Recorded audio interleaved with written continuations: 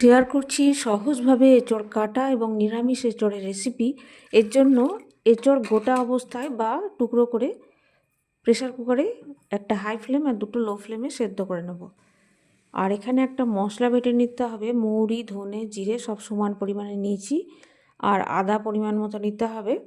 আর গরম মশলা জলে ভিজিয়ে রেখেছি। আর এই মশলার সাথে শুকনো লঙ্কা দিয়ে দিচ্ছি, সেটাও বেটে নেব। আর মশলাটা বাটার সময় জল ব্যবহার করতে হবে, তাহলে মসৃণ করে বাটা হয়ে যাবে। আর প্রেসার কুকারটা অফ করে দিয়েছি। প্রেসারটা ঠান্ডা হলে তবেই ঢাকনাটা খুলব।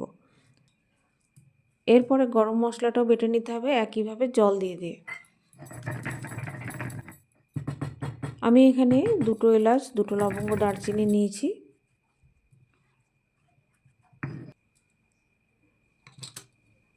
এবার প্রেসার কুকার ঢাকনা খুলে এঁচোড়টা বার করে নিয়েছি। এইভাবে এঁচোড় কাটলে এঁচোড় কাটতে কোনো অসুবিধা হবে না। খুব নরম থাকে এঁচোড়টা, সহজে কাটা হয়ে যাবে। তো এঁচোড়ের খোসাটা কেটে নেবো। এটা যেহেতু ছোট এঁচোড়, আমি কোনো মাঝের শিরা বা বুকোটা বাদ দিচ্ছি না।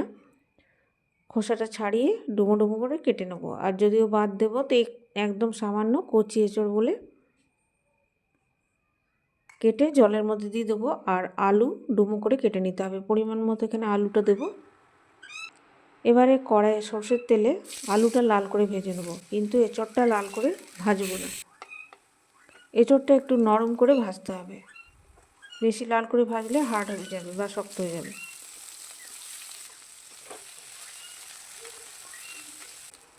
এঁচোড় ভাজা হয়ে গেছে, লাল হওয়ার আগে তুলে নেব।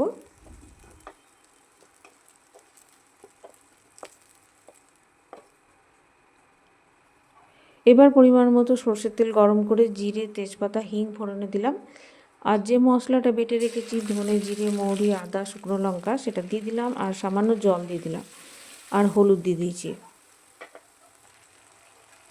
এবার গরম মশলা বাটাটা দিয়ে দিলাম। আর অর্ধেকটা পরে দেবো।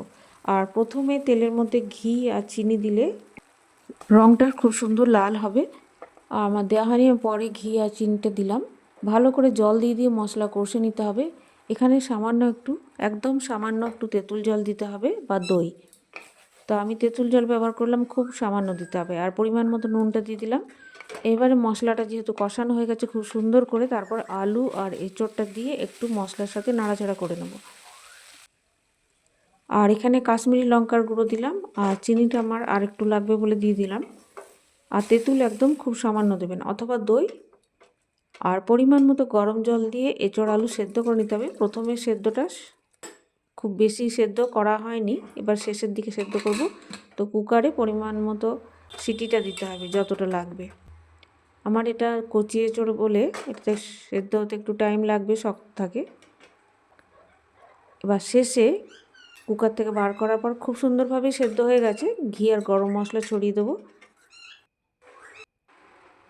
তো রেসিপিটা ভালো লাগলে প্লিজ সাবস্ক্রাইব করবেন। আর ফেসবুক থেকে দেখলে পেজটাকে ফলো করবেন। লাইক, শেয়ার, কমেন্ট করতে ভুলবেন না। ধন্যবাদ।